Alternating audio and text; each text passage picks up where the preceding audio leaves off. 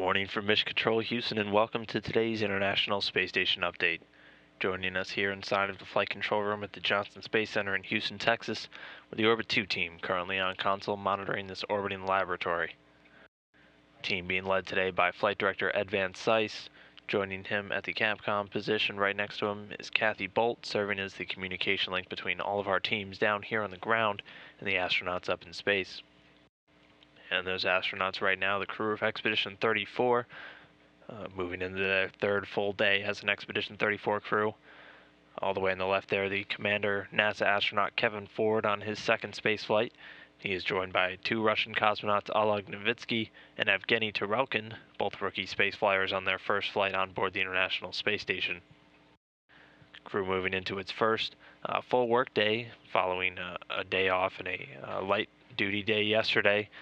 which was due to the extensive work they were doing over the weekend to prepare for an undocking and departure of three of their former crew members. Sunny Williams, Yuri Malenchko, and Aki Hoshide successfully landing in Kazakhstan back on Sunday, bringing it into Expedition 33 and beginning Expedition 34. Today, Commander Kevin Ford has been working inside of the Material Science Laboratory. He's been doing some cleaning of the cooling zone.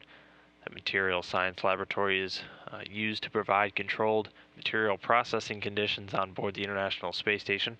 also some advanced diagnostics, and then it allows many material types such as different metals and alloys, also materials such as polymers and semiconductors, even ceramics and crystals and different types of glass to be studied in order to discover new applications for all of these existing materials, and then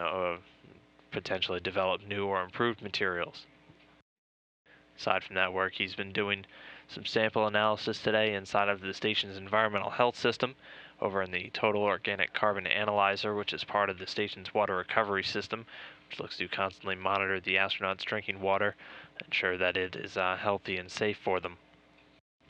Meanwhile, Russian cosmonaut Oleg Novitsky, immediately upon waking up today, participated in the Russian Sprut experiment, which looks to assess the human body's adaptation mechanisms, and also look into developing different methods to prevent the unfavorable impact that zero gravity has on the human body's hydration status, and also any potential countermeasures they can develop to assist the astronauts in their post-flight orthostatic tolerance, just something that helps them adapt better to normal gravity once they come back down to Earth. Aside from this, he's been fixing a electrocardiogram monitor to himself to begin a 24-hour monitoring session. It was also transferring some cargo out of the 49 Progress vehicle, and then moving some items to eventually be discarded into the also docked 48 Progress. Then our third Russian cosmonaut, Evgeny Tarelkin, is taking some blood and saliva samples today for a Russian crew health monitoring experiment that he'll do throughout his long-duration space flight, as the controllers both here in Mission Control Houston and over in Koryov, Russia, constantly monitoring the health status of these astronauts throughout their expedition flights. Aside from that, he'll be over in the Russian segment doing an audit of some of the remaining lights and the spare units on board, also doing some maintenance on the Russian spare atmosphere purification system emergency vacuum valves, one of the more complex devices inside of the station's air revitalization system. Again, much like the